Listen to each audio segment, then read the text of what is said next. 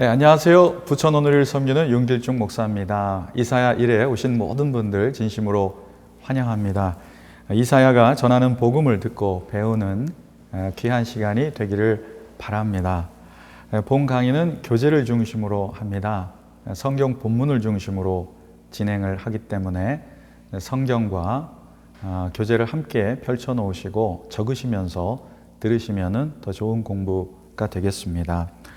이사야는 내용이 적지 않아서 교재에 있는 내용을 중심으로 다 다루다 보면은 내용이 많아서 속도가 조금 빠를 수가 있습니다. 꼭 교재와 성경을 함께 참조하시면서 따라오시면 되겠습니다. No pains, no gains라는 말 다 아실 겁니다. 시간을 들이고 헌신해야 더 많이 얻을 수가 있습니다.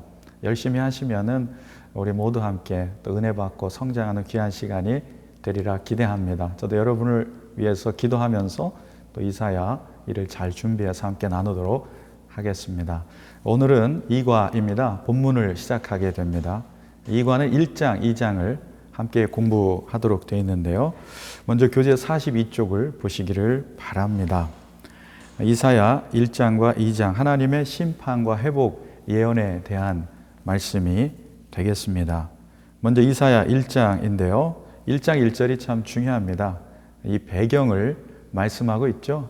우리는 이 세종대왕 때라고 하면은 그때 당시에 이 문화, 역사적 배경을 이해하면서 그 텍스트를 접할 수 있겠죠. 마찬가지로 이사야 1장 1절에 있는 이 왕들이 열거되는데 그때 당시의 시대 정황을 참조하여서 이사야 말씀을 좀 더 정확하게 그 말씀을 들여다볼 수 있겠습니다. 1절 말씀 읽어드리겠습니다. 이것은 유다왕 우시야, 요담, 아하스, 히스기야 시대의 아모스의 아들 이사야가 유다와 예루살렘에 대해 본 이상입니다.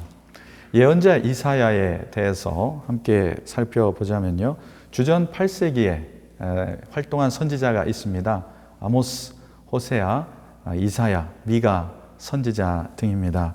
이 네 명이 아주 유명한 선지자들이었죠. 함께 활동했습니다. 남유다에 거주하면서 활동을 했습니다. 이사야의 이름의 뜻은 여호와는 구원이시다 라는 뜻이죠. 여호와는 구원이시다. 이사야의 이 가족을 소개해 드리자면 아모스의 아들로 소개가 되고 있습니다. 선지자 아모스와는 동명이인입니다. 남유다 왕 아마샤의 형제로 이 아버지가 알려져 있기 때문에 이사야는 왕족이 아니었을까 학자들이 추정하고 있습니다. 그리고 아하스 왕이나 히스기야 왕 앞에서 자유롭게 왕궁을 드나들었기 때문에 왕족만이 그렇게 할 수 있지 않을까 추정을 해봅니다. 두 아들과 한 아내가 있었는데요. 아내는 여선지자였습니다. 그리고 두 아들의 이름이 민족의 명운을 상징하는 것인데 첫째 아들은 스알 야숲입니다. 남은 자가 돌아오리라. 회복을 상징하고 있는데 회복이 있다는 것은 심판을 전제로 하는 것이죠. 둘째 아들의 이름은 마할살랄 하스바스. 마할살랄 하스바스는 이 신속하게 노략질 해가다. 그러니까 심판의 의미가 있죠. 그러니까 두 아들을 키우면서 심판과 회복과 심판을 생각하게 되었을 것 같습니다.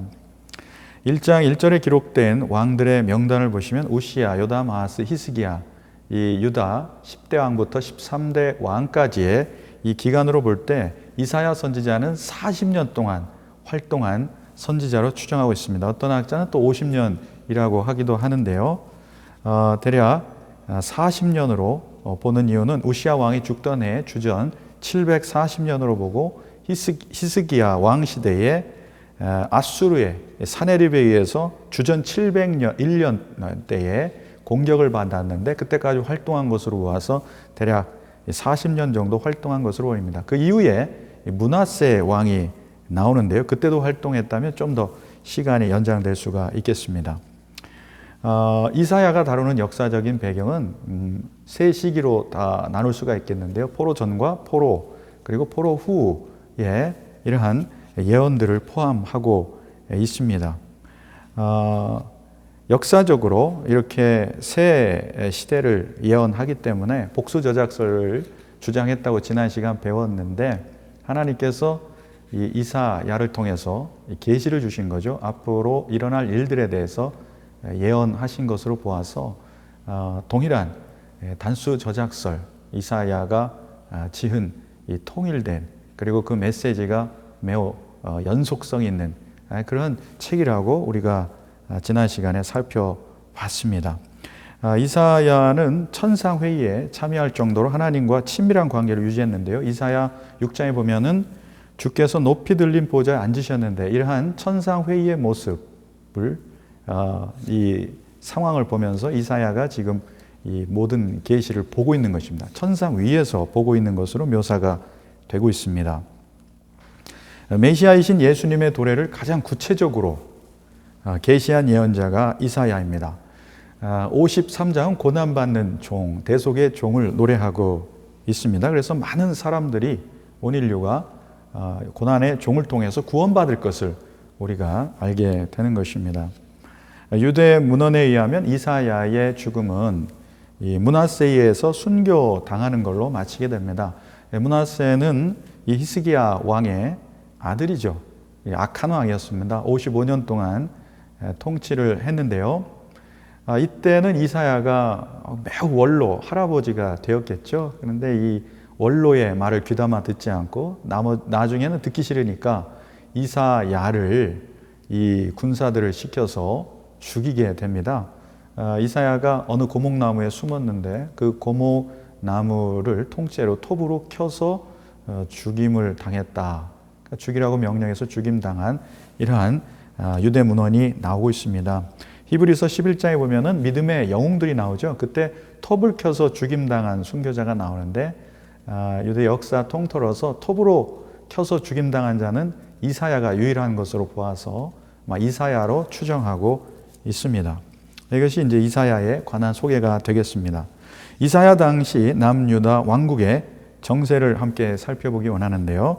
이 주전 8세기 남유다 다윗 왕조의 혈통을 이어받은 왕들이 네 왕이 쭉 나오죠. 요시야, 요담, 아하스, 히스기야 왕 때에 일어났던 일들입니다. 그 이사야서는 하나님이 다윗과 맺으신 다윗 언약에 기초하는 책입니다. 다윗 언약은 무엇입니까?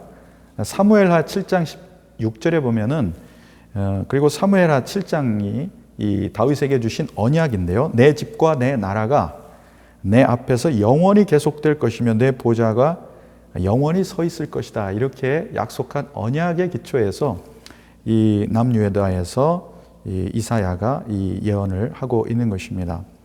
이 네 왕에 대해서 설명하자면 요시야 왕 때에 먼저 살펴보면, 요시야 왕은 역대하 26장에 보면은 부국강병을 이루는 아주 그 선왕이었습니다. 오시야는 영농 정책을 잘 폈어요. 본문에 보면은 농사를 아주 좋아했다 이렇게. 그래서 성경에서 농업에 아주 특출난 사람 하면 우시야 왕을 꼽을 수가 있습니다. 그런데 이 역대하를 보면은 나중에 교만하여졌다 이렇게 나오죠. 그래서 제사장 월권을 합니다. 제사장이 말리는데도 제사장에게 화를 내죠. 그때에 하나님의 심판이 마저 죽는 날까지 나병에 걸리는 그런 질병에 걸리고 별궁에 홀로 거하게 되어서, 사실은 그 인생의 마침이 이 피니싱을 잘 마친 인생은 아닌 걸로 나오고 있습니다. 저는 이 제사장이 말리는데도 화를 내는 거 보면, 일단 사람이 마음이 교만해지면 남의 말을 잘 안 들어요. 그리고 이 교만한 사람의 특성은 화를 잘 냅니다. 이 두 가지 특성이 우리 가운데 빈번히 나타나거든. 아직 내 마음이 높구나, 교만하구나, 이것을 깨닫고 우리의 마음을 주님의 온유한 마음으로 다스려 달라고 기도할 필요가 있겠습니다. 16세에 올라 유다 왕국을 52년 동안 아주 오랫동안 통치했던 우시야 왕, 그 다음이 요담 왕이죠. 요담은 16년 통치했는데 이제 아버지가 나병에 걸리니까 이 아들이 대신 이 통치를 하게 됩니다. 이 요담에 대해서는 그 소개가 매우 짧아요. 그러니까 아버지가 물려준 이 부국강병에 안정된 나라를 잘 물려받아서 이끌었습니다. 중축 사업도 했고 군사력도 아주 강했습니다. 하나님 앞에 정도를 행했다고 나오지만 분량이 적은 것으로 봐서 인상적인 그런 왕으로 저에게 소개되고 있지는 않습니다. 아하스 왕이 나오는데요. 요담의 아들 아하스 왕은 악한 왕입니다. 여기 그 이사야서에도 두 왕이 대조돼서 나오는데 히스기야 왕, 선한 왕과 아하스 왕, 불순종의 대표적인 이 왕이 아하스인데요. 아하스 왕은 말씀 무시, 외세 의존, 아수르 강대국을 의존했어요. 하나님을 의존하지 않고 배교, 그러니까 우상을 숭배했습니다. 심지어 인신 제사를 했습니다. 흰놈의 골짜기에서 몰렉 우상에게 바치는 그 유아 인신 희생 제사를 드렸던 거죠. 그러니까 이것은 하나의 충성도를 보이는 행위인데 자기의 자녀를 바치면서까지 과잉 충성하여서 우상으로부터 복을 받겠다는 이러한 것은 여호와 하나님 앞에서 모두 가증스러운 그런 행위가 되었고 심판을 초래하는 것이죠. 아람과 북이스라엘 연합군이 함께 남유다와 연합해서 아수르를 이렇게 아수르 정책 연합을 전선을 펼치자고 했는데 이에 아하스가 동조하지 않죠. 그래서 이제 북이스라엘과 이 아람 연합군이 남유다를 침공해 오게 되죠. 이때 아하스가 하나님 의지하지 않고 또 아수르를 의존해서 아수르가 이 연합군을 격파하고 또 남유다도 계속 괴롭히게 되고 조공을 바치게 하는 그런 역사적인 일들이 일어났습니다. 그 아들이 또 히스기야 왕입니다. 인생에는 참 아이러니한 것이 선한 왕 밑에 악한 왕이 나오고 악한 왕 아들이 또 선한 왕이 나오고 선한 왕이 나왔다가 또 악한 왕이 나옵니다. 자녀는 어쩔 수가 없나 봅니다. 그래서 하나님께 의탁하면서 선한 본을 보이는 끝까지 자녀를 위해서 기도하고 그런 부모의 책무가 참 느껴지기도 합니다. 남유다 29년 동안 히스기야 왕이 통치했는데 종교적 정치적 번영을 이룬 아주 대표적인 선왕입니다. 이사야는 이 히스기야가 신앙의 모범으로 모델로서 이렇게 강조를 하고 있습니다. 유월절을 지켰고 종교 개혁을 했고요.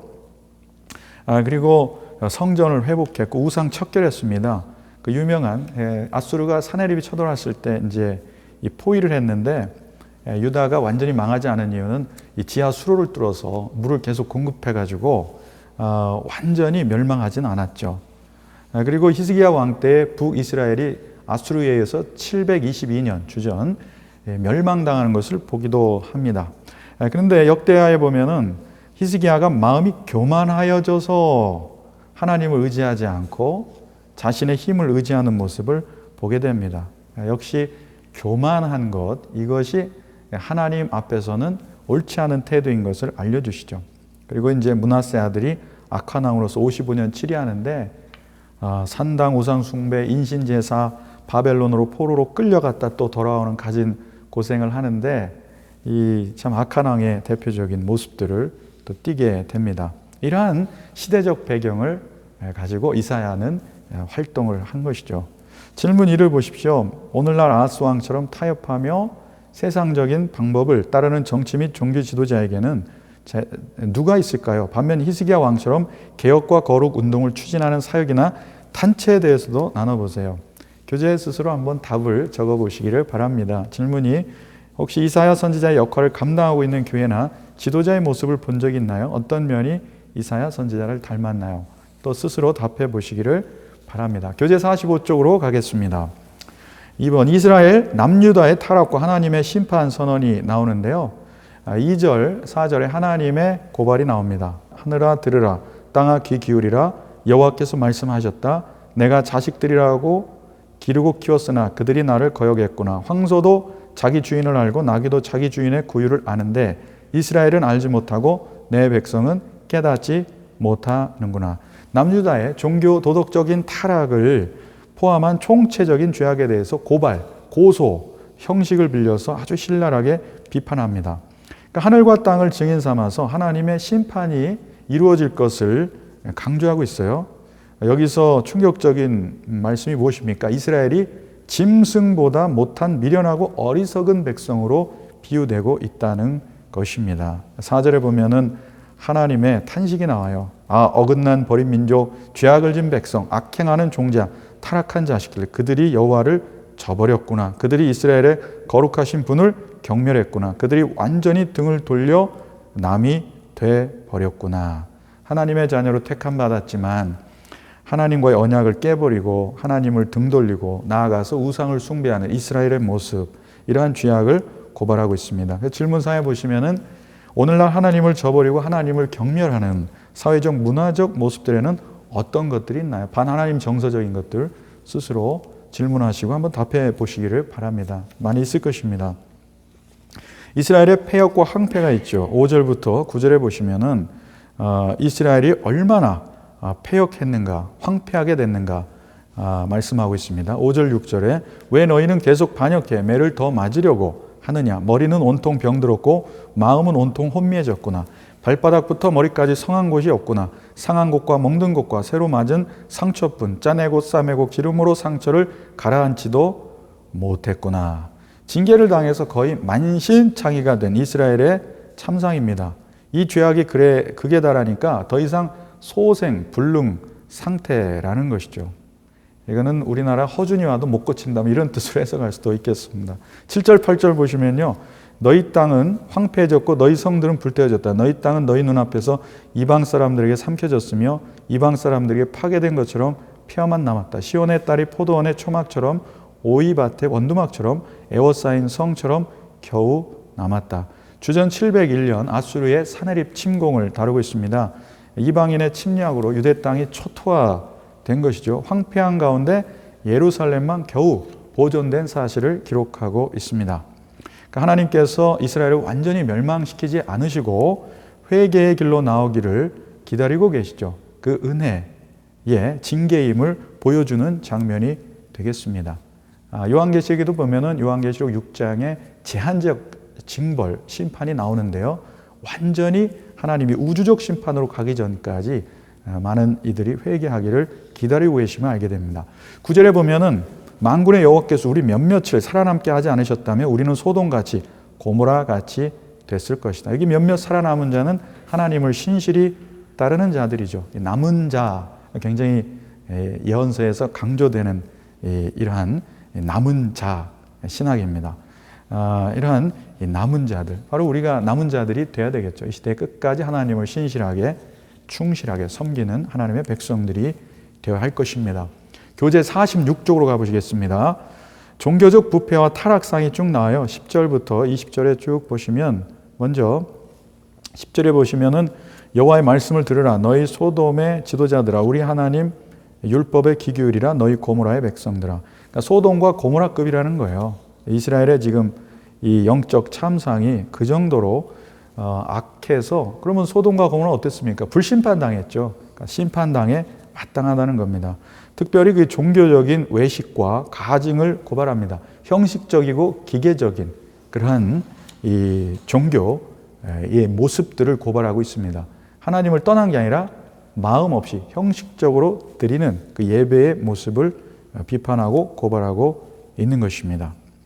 11절부터 15절에 쭉 보면은 이 외형적인 신앙에 대해서 비판하고 있는 것인데요. 11절 이해 보면은 종교적인 제사라든가 이 제물을 드리고 절기를 지키는 것이 신앙의 본질이 아님을 분명하게 말씀하고 있습니다.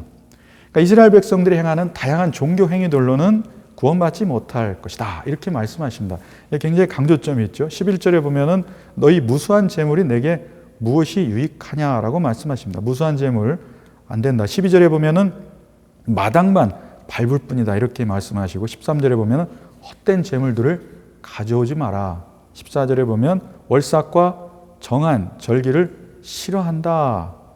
이렇게 말씀하고 있습니다. 15절에 그래서 너희가 많이 기도해도 내가 듣지 않겠다. 이렇게 말씀하시는 거죠. 그러니까 형식적이고 외형적인 종교, 기계적이고 관습적인 종교의 모습, 우리의 신앙을 잘 돌아보게 하는 말씀이 되겠습니다. 그러니까 2800년 전에 이사야를 통해서 주신 말씀은 오늘날에도 동일하게 우리의 마음에 깊이 와 닿는, 우리의 폐부를 찌르는 그러한 말씀이 되겠습니다. 질문사에 보시면 구원받은 성도들의 믿음을 확인할 수 있는 것들, 이 기준이 무엇인가요? 신앙생활 가운데 주일 성수, 11조, 새벽기도 등이 차지하는 비중은 어느 정도인가요? 신앙의 본질이 무엇이라고 생각하시는가요? 이것을 한번 글로 적어보시기를 바랍니다.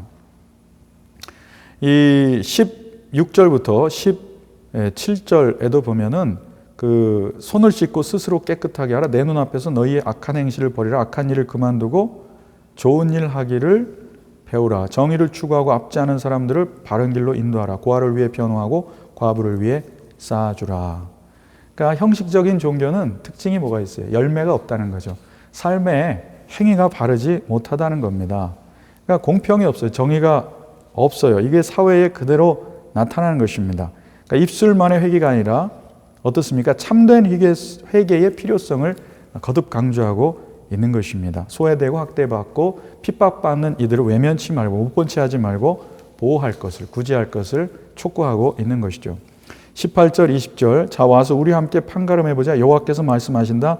비록 너희 죄가 주홍빛 같더라도 눈처럼 희게 될 것이다. 비록 그 죄가 지렁이처럼 붉어도 양털처럼 될 것이다. 만약 너희가 기꺼이 순종한다면 너희는 그 땅에서 좋은 것을 먹게 될 것이다. 그러나 만약 너희가 거역하고 반항한다면 칼이 너희를 집어삼킬 것이다. 이것은 여호와께서 친히 입으로 말씀하신 것이다. 예, 와서 변론해도 이스라엘이 할 말이 없습니다.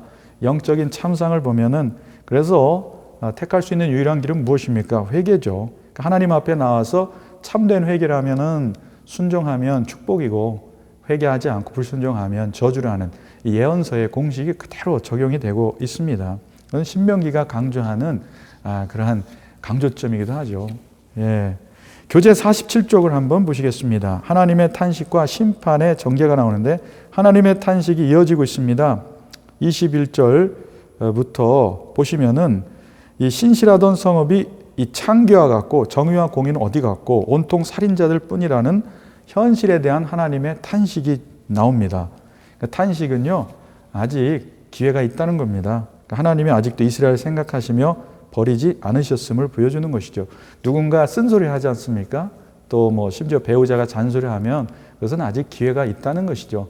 정말 포기하면은 침묵하겠죠. 하나님은 지금 그래서 이사야를 통해서 말씀하시는 겁니다. 21절에 보면 신앙과 종교의 부패로 인해서 사회 정의가 무너지고 도덕적 타락이 초래될 것을 말씀하시죠. 그리고 22절 보면은 이 은은 찌꺼기, 내 포도주는 물이 섞어. 그러니까 못 쓰게 된다는 것은 경제 풍토가 부패로 얼룩져 있다. 그러니까 신앙과 종교 부패, 경제 부패. 그리고 23절에 보면은 정치 및 종교 지도자들의 부정부패입니다. 예언서는 반드시 찝죠. 왕과 지도자들, 사회적 지도층이 먼저 부패하고 타락하고 그리고 백성들이 타락하는 이런 일들이 있습니다. 그래서 예언서는 이 둘 다 대상을 포함하고 있어요. 네 귀족들은 반역자들, 도둑들과 한패로구나. 모조리 뇌물을 좋아하고 살해금을 쫓아다니는구나. 고아를 변호하지도 않고 과부의 송사는 받아주지도 않는구나. 그래서 24절에 그러므로 주 만군의 여호와 이스라엘의 전능하신 분이 말씀하십니다. 내가 내 대적들에게서 받은 한을 풀어버리겠다. 내 원수들에게 안갚음하겠다. 그래서 이제 하나님의 심판이 이렇게 예언이 되고 있습니다. 25절부터 27절에 보면은 내가 내게로 손을 돌려 내 찌꺼기를 녹여 깨끗하게 하고 내 모든 불순물들을 걷어낼 것이다. 옛날처럼 내가 네 사사들을 다시 세우고 처음처럼 내 모사들을 다시 세울 것이다. 그런 후에야 너는 의의 도성, 신실한 고을이라 불릴 것이다. 시온은 정의로 구속함을 얻고 돌아온 사람들은 공의로 구속함을 얻을 것이다.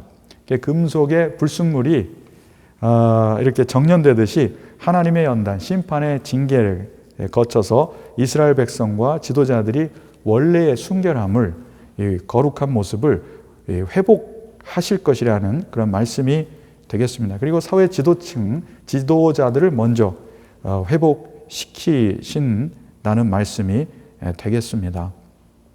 언제나 이 리더들이 본을 보여야 그 구성원들이 그 본을 따라 행하게 돼 있습니다.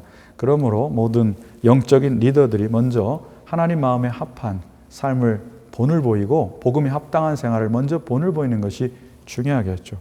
신뢰를 회복하는 것이 오늘날 우리의 과제인 줄 믿습니다. 여기까지 하고 다음 시간에 뵙도록 하겠습니다.